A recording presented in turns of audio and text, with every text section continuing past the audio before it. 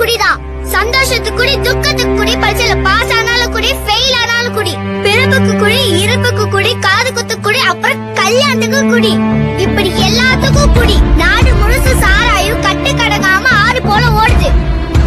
கஷ்டப்பட்டு சம்பாதிக்கிற பணத்தை பொண்டாட்டி பிள்ளைங்களுக்கு கொடுக்காம கவர்மெண்ட் நடத்துற ஒயின் ஷாப்க்கு கொடுக்கறாங்க. சாராயத்தை குடிக்கிறவன் அவன் மட்டும் தள்ளாடல, அவன் குடும்பமே தள்ளாடுது. குடும்ப தலைவரை சாராயத்தை குடிக்க வச்சு கொன்னுட்டு விதவியான அந்த வைஃப்க்கு பென்ஷன் தருது இந்த அரசு.